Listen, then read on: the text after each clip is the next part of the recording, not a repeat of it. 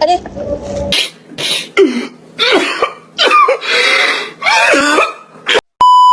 Oh, helmet dia dulu. Okay. Oh, korang. Adik. Di sini.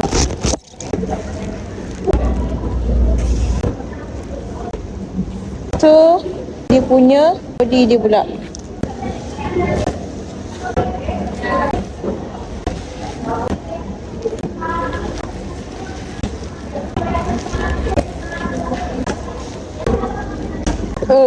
Alhamdulillah. Kita sampai ke bawah, kita balik ni.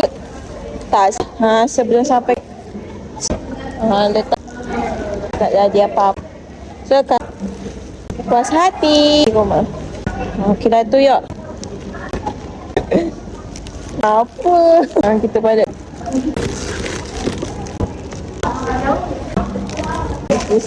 Anda berminat korang, boleh je tekan app panel dekat bawah tau.